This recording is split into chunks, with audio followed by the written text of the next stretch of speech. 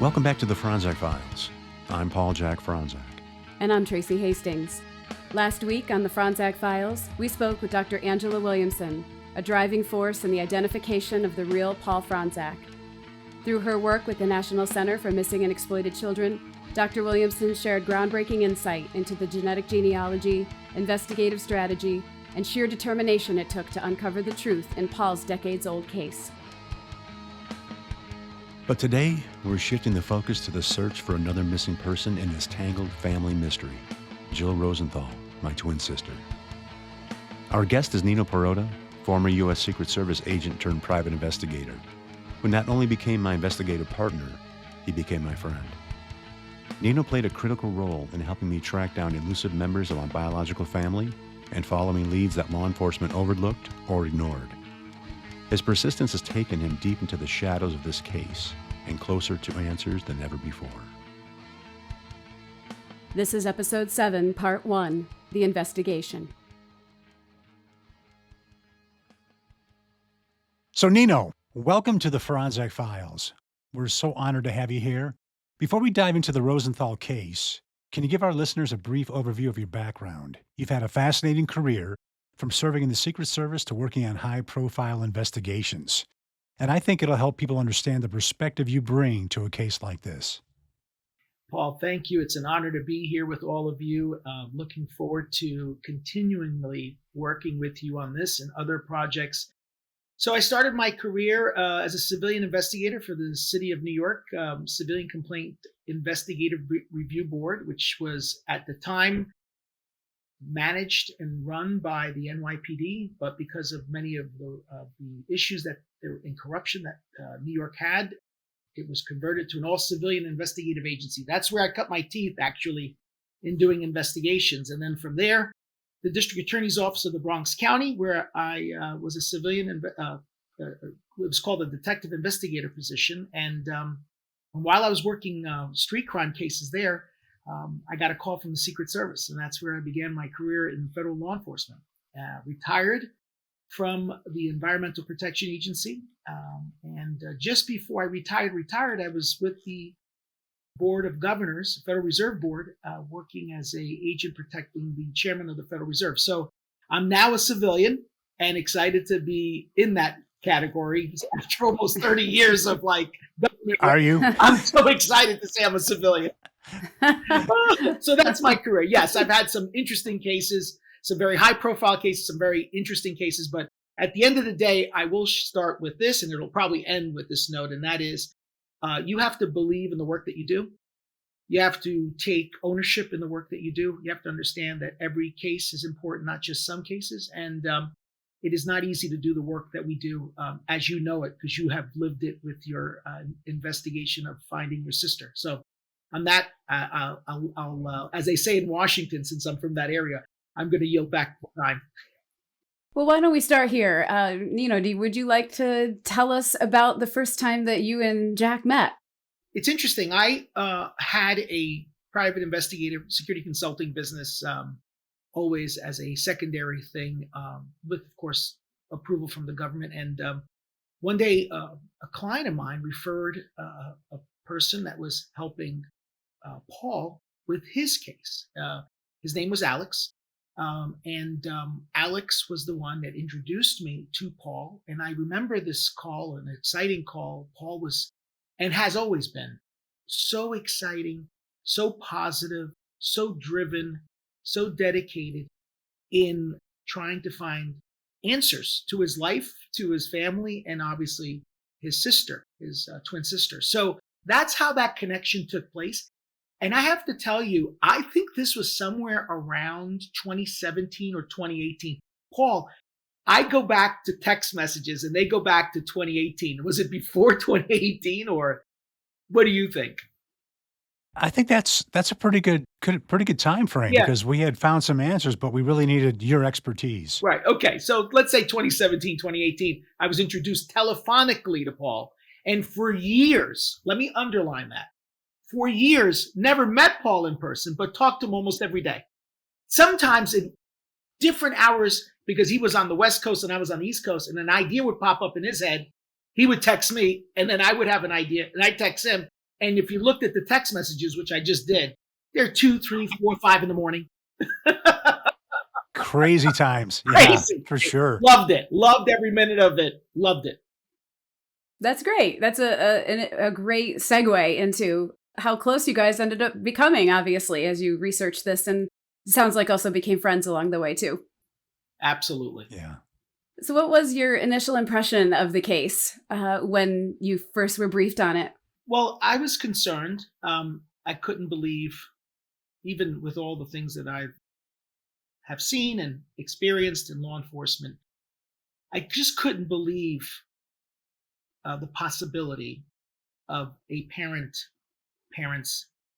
either abandoning children or putting them in such a harmful place without care and discarding them in that way and not thinking maybe twice about it. And the part that bothered me the most is these weren't people that were very, very young and had no work or income. These weren't people that society can say, well, that's the typical person that does that. That's the one right there. These are people that allegedly fit the norm, the mainstream norm of America at the time. And to abandon a child who's right here today, and we don't know what happened to his sister. She either was abandoned or something horrible happened to her. To think that happened and for family members to know about it. I just can't get my mind around it. I have to be honest with you. I think about this case every day. Are we allowed to curse? I'm not going to curse. Every effing day. Absolutely. Of course. This is the Fronczak Files. Every day.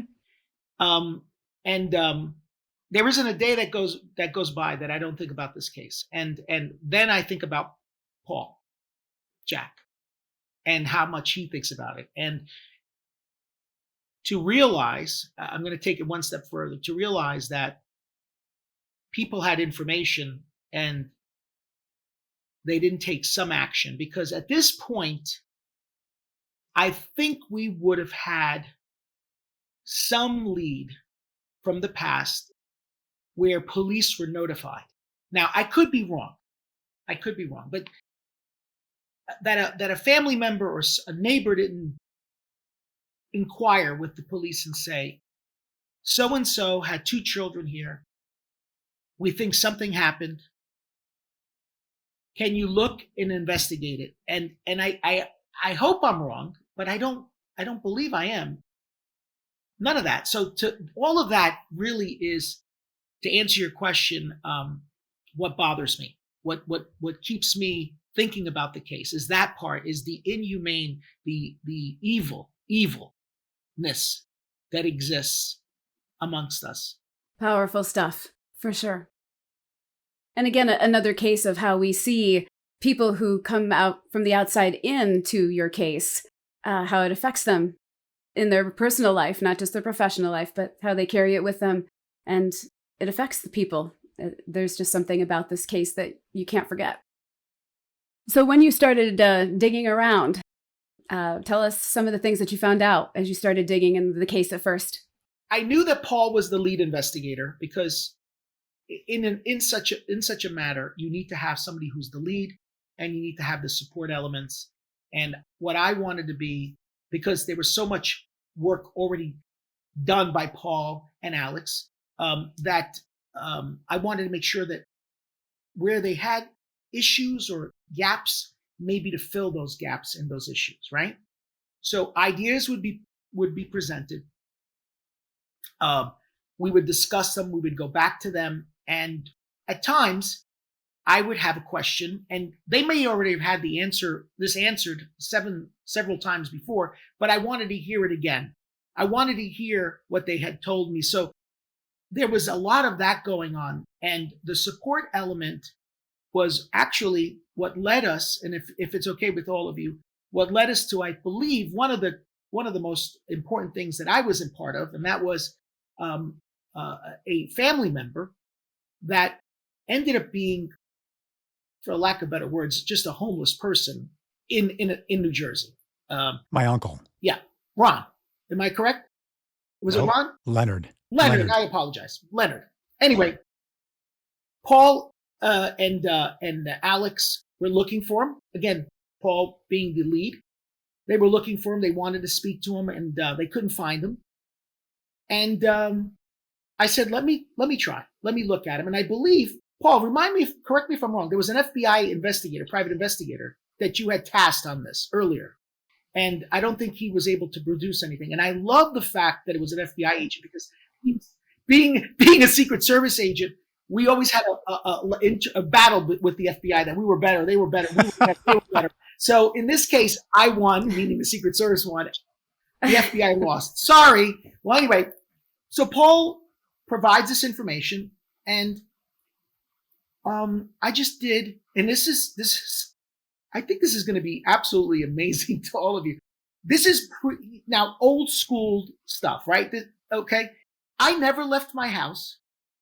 I never left my kitchen table, but every night I walked to every Atlantic City surrounding area, motel, hotel, motel, and I would knock on the door, literally on the phone. I was literally as if I was there. Sorry, I'm sorry to bother you.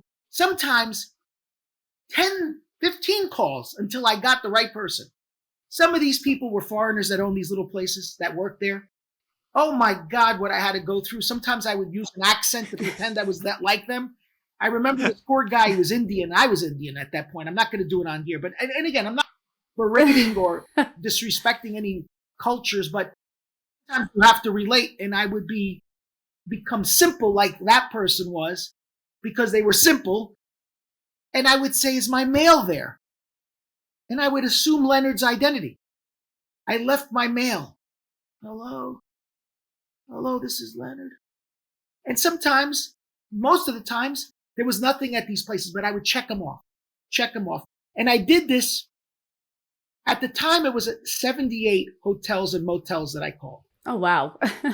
Yeah, and I ended up finding one, and Jack, I go back and forth with Paul's name. I love calling him Jack. I love calling him Paul. So please.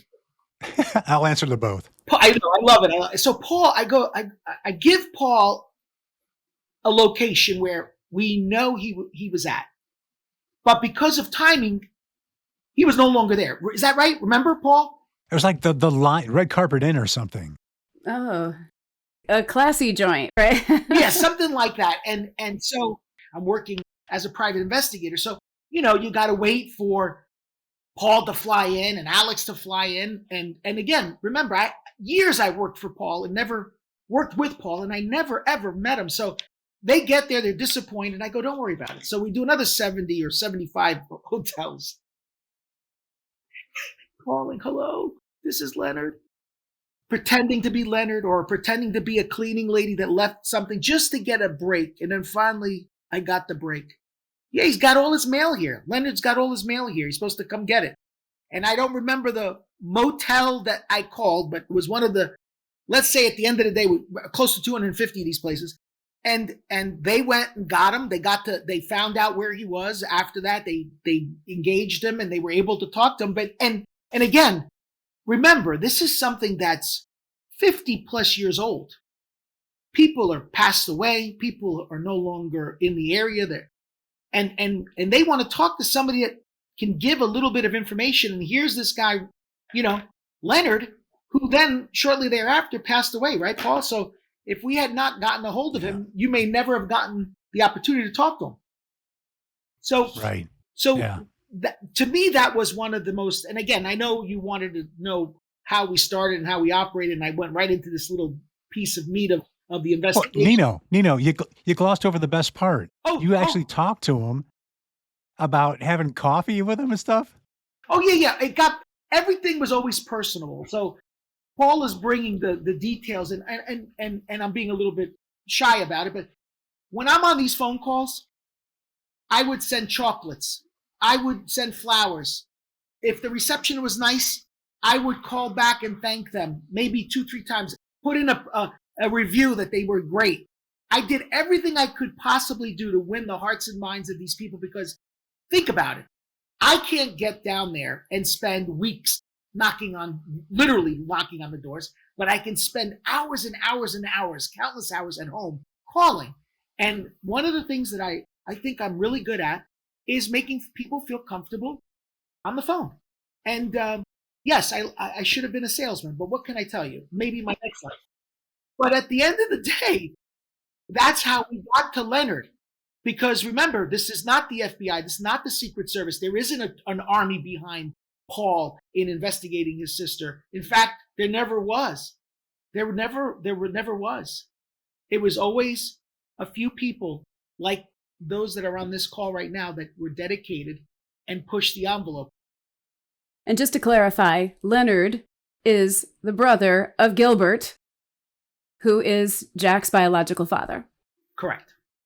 So Nino actually talked with him and actually planned a coffee date or something with him, which was just amazing. That's outstanding. And all also to get Paul there, to buy us the time for Paul to be able to meet with his uncle and have a conversation that was well needed, long overdue. Right, Paul?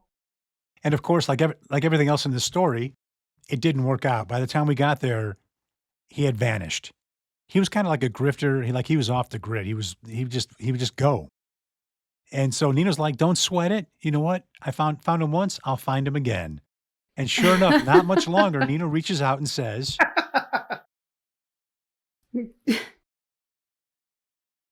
"Where was he?" Where was he the next time you found him? He was in another hotel, but it's not easy. If you do a little Google search of how many motels and hotels, and the question here is, what did I use as logic, right? So we're talking about a guy here, me, who's dyslexic, who had ADHD on steroids.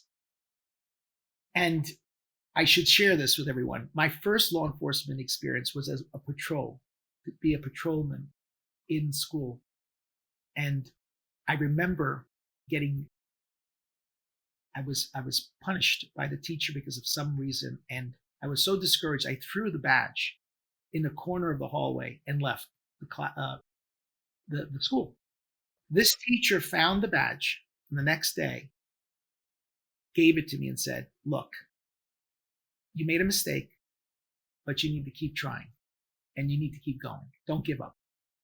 That is where I really started my law enforcement career. Of course, it's not law enforcement, and the reason I bring this up is I was horrible in school.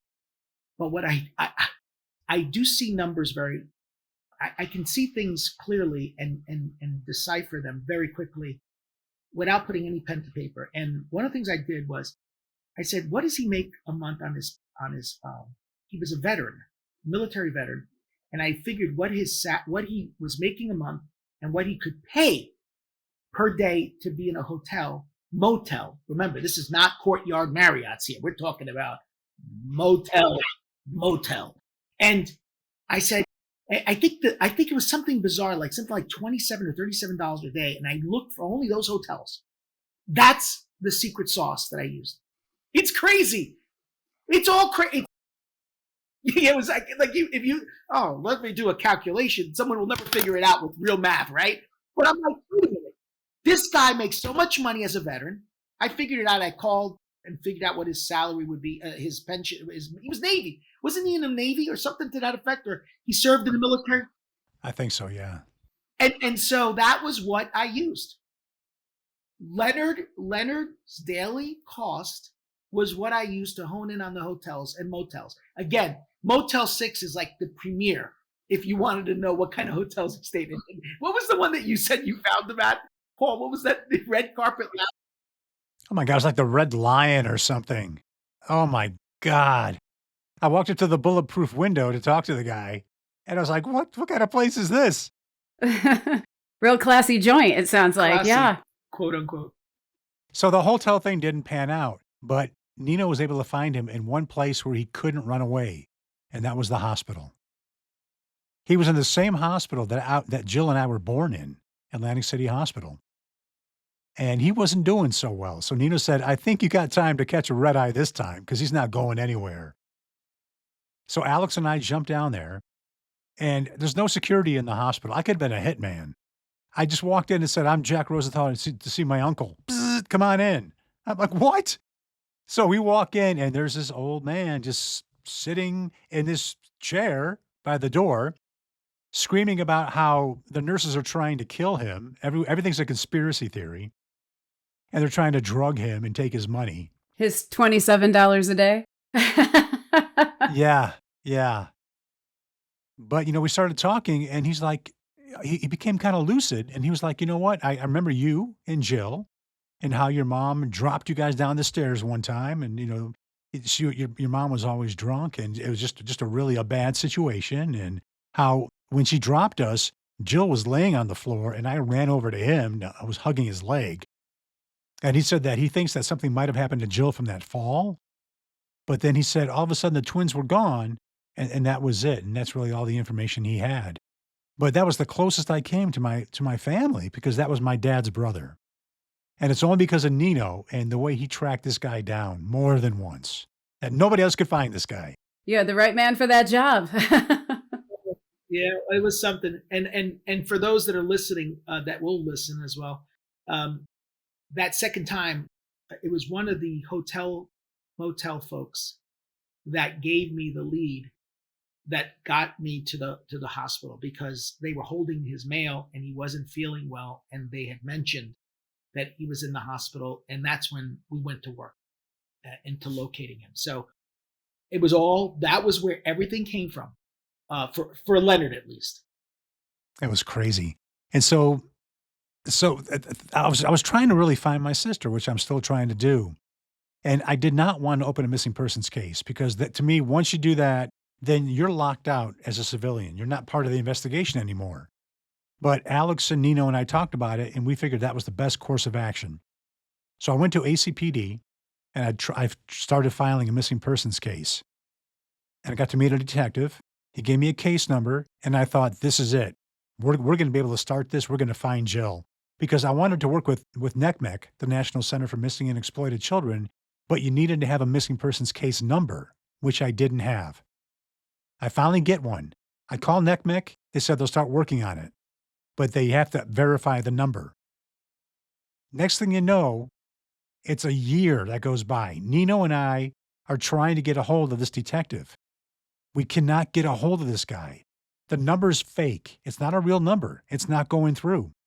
There's no missing persons case opened on Jill. And so finally, Nino calls me at like 10 o'clock my time. So it's 1 o'clock East Coast time. He's like, I'm going to get this detective on the phone. Stay on the phone with me. You want to tell us what happened, Nino? So we're not going to mention the gentleman's name because it's not a positive thing for him, right? But it is the Atlantic City Police Department, and who I respect. Yeah, we respect and fairness. This officer is highly decorated.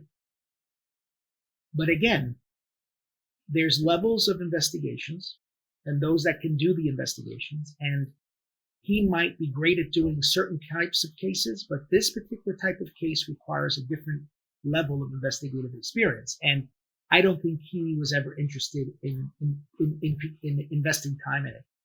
So I'm going to give it to you in my version because there's so many of these interactions that I've had with this particular individual.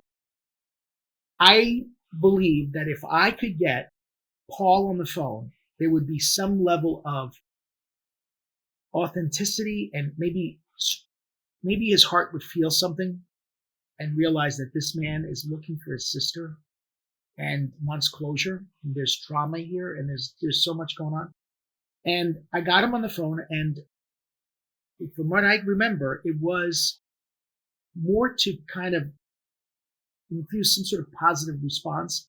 And I remember saying to him, I got Paul on the phone. He wants to talk to you. We want to get this thing going. What do we need to do? And Paul, I'd rather have you share what you found interesting in it, because for me, I wanted to wring his neck. And even today, because he delayed us he delayed us immensely. I could tell you this.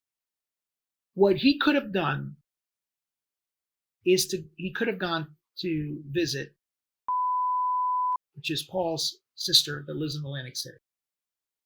And he could have spoken to her, and he could have even, based on his observations of her place,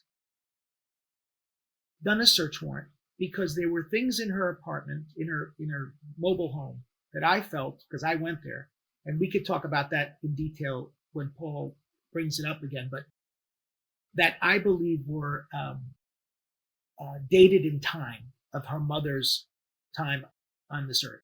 And maybe there could have been something there. But there's so much he could have done as a law enforcement officer, even if the case is very old. But Paul, you tell what happened, what you saw, what you found interesting in that phone call. Okay, so leading up to the phone call were numerous emails, phone calls for a year. We lost a whole year on this investigation. 2021 into 2022. It was crazy. And I mean, I'm going nuts. I'm like, Nino, what the fuck is going on? My God, this is a year, right? We wasted a year on this. And so he's on the phone. He couldn't meet me for lunch, or he couldn't meet me for dinner. A company, a police department policy. I said, I'm not bribing you. We're meeting for lunch. You could pay for your own lunch. We just want some answers, yeah. And so the phone call, basically, what are you talking? I think he was taken aback that we were both on the phone. I don't think he was ready for that, because he had been avoiding us for a year. And then to have us both on the phone at the same time, he kind of just said, well, we really haven't found anything out. We haven't really done anything. He goes, I tried calling once and didn't get anywhere. We're like, you called once. That's all you've done. Nitmick. Yeah. Nitmick. Remember? That was his thing. He called there once. So, and what Paul said, for those that are listening, he gave Paul a fake police report number that could not be used because Nitmick verified it to be false. So, and Nino, why would you go through the trouble of giving a fake number? If you're not going to do it, just say, you know what? I'm not going to do it, right? He thought we were not going to go the extra mile, and he did not know how determined we were and how thorough we were going to be. He thought he was dealing with, probably, like I said, I tried to mention this, he was successful at a certain level with a certain level of society in getting over, okay? And this requires, and not that it was planned, but Paul grabbed me, and when you're a financial crimes investigator, you are very thorough with documents and interviews. And therefore, it's another level of investigative experience. And this guy was not used to that. And he thought he was going to give us a number like he would do with others in his area, and they would go away. He had no idea that we were going to pursue it. In fact, what ended up happening, if I may, we went to we had great people at Nitmick and NAMUS, NAMUS, NAMUS, and all of these agencies help cases like Paul and others, children, missing people, missing children, missing family members. And so Jason Maloney, investigator for the New Jersey State Police, was very good at helping and moving the ball forward. But the detective in Atlantic City just wasted a little over a year of our time, and it was very painful. Yeah. But, it was all worth it, because Nino was able to hook me up with Jason Maloney, state trooper for New Jersey. And because of that, I've gotten to know a lot of the troopers out there. I've done a couple of keynote speeches out there, and they're really working on trying to find my sister. And it's amazing. As a matter of fact, there were Bob at Nitmick. Wasn't it, Paul? Wasn't Bob Yes. who pushed? Yeah. Remember I called over to Nitmick? No, Bob, it was Ray Hart. We got to get Ray Hart. There you go. Yeah. Thank you. And there was a connection there with a couple of our good friends. One was Michael Breslin, retired from the Secret Service, who's on the board. I reached out to him, and Bob Lowery was there involved, and he then connected us with some other folks.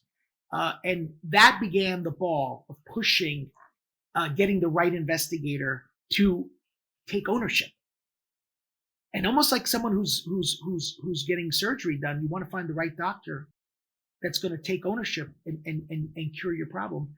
We were doing the same thing. Exactly. Yeah, you're Yeah, right. and it Paul. worked out perfectly because You're right. because we were able to get a real case number from the New Jersey State Police. We were able to start working with NECMEC. And that everything started coming together. And that's when we started feeling like, you know what, we're finally accomplishing something.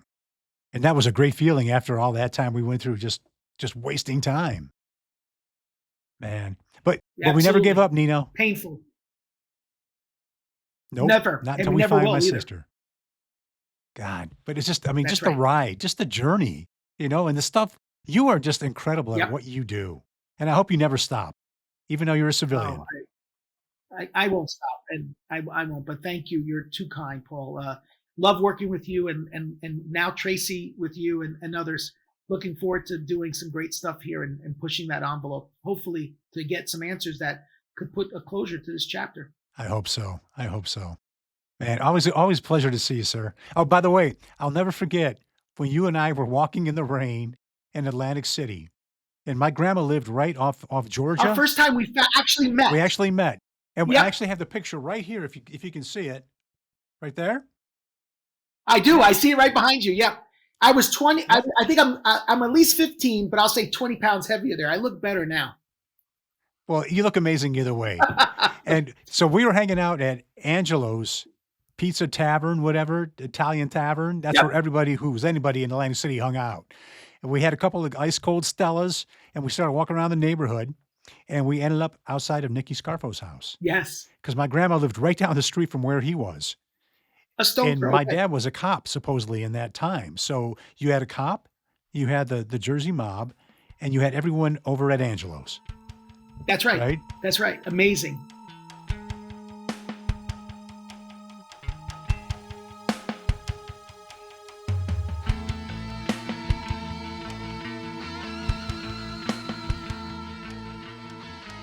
After all the work that you and Jack have done together to get this case as far as it is, creating the NECMEC case for Jill, getting the age progression picture done, all of the things that have happened, what do you think is the next step here? What would you recommend is the next step for us to move forward? It's always been the same answer. Paul and I strategized on this, and that is going back and trying to get either law enforcement or family, Paul, to talk with who needs help. She has her own issues that she needs to come to grips with. I think there's answers there based on a lot of things that I'd rather not say because this is an ongoing investigation.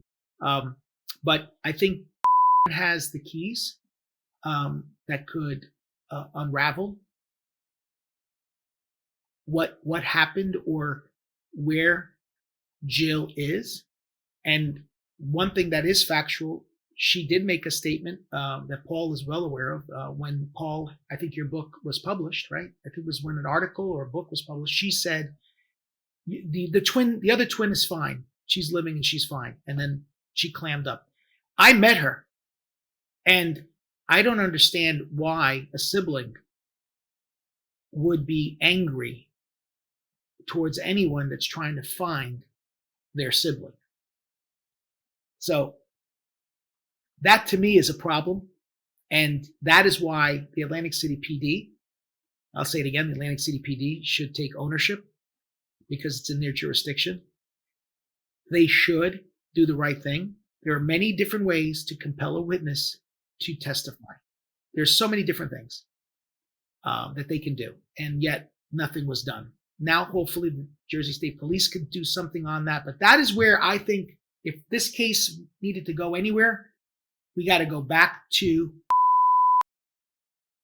This is absolutely fascinating. Just getting this, this feel for how you two met and how two very like-minded people who come from clearly very different backgrounds had a goal in mind. And it's you both are just an amazing example of tenacity and wanting the right answers, not just answers, the right ones, and calling people out on their bull, right? Like call them out, because this is the only way that things are going to happen is when people are told, we know that this is not above board.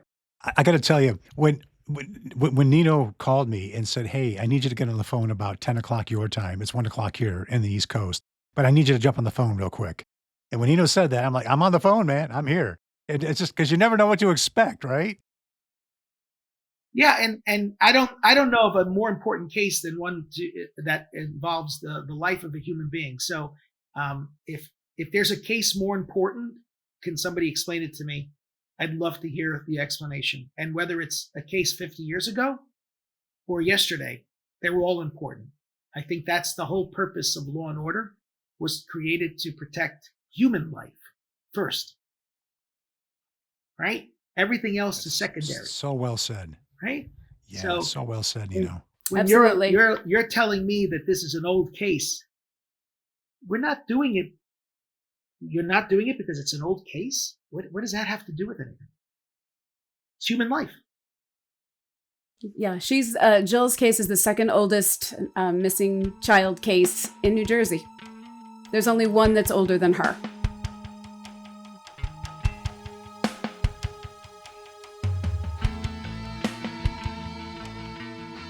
Nino, I see a trip to AC in our future. I think so too. I do too. I'd love to have a round 2 with her. And I think our listeners would they'd like to have someone present recording that so that we could put this in a future episode, because cliffhanger for sure. So Nino, what's your takeaway on working this case with me for all these years, and what's kept you hanging around? Well, the hanging around goes back to what I mentioned earlier about when I think about what you went through, what your sister has gone through, the time, how these people that were at the middle class plus level, this is what they chose to do. To me, it's barbaric. That's what kept me interested in it, and also. I have done this over the years. I've worked and helped people out for no cost and no fees, because I think as a human being, as a steward, also in this field, that it's something that you should do. That's where we'll leave it for part 1 of the investigation. A huge thank you to Nino Perotta for sharing his time, his expertise, and his unwavering commitment to finding my sister, Jill Rosenthal. His persistence has been a driving force in keeping this search alive, even when others have walked away. The search for Jill Rosenthal isn't just a cold case. It's a cold trail littered with mistakes, misdirection, and moments that will make you question everything. For Jack, this isn't just a case. It's his family, his blood, his missing twin sister. Join us next week for part 2 of the investigation, as Tracey and I take a deep dive into the disappearance of my twin sister, putting together pieces of the puzzle from prior episodes, as well as never-before-revealed details and leads that are ongoing in my search. We'll break down what's been ignored, who's still talking, and the next steps that could bring Jill home. The search isn't slowing down. It's about to go into overdrive. This is the Fronczak Files, and we'll see you next week.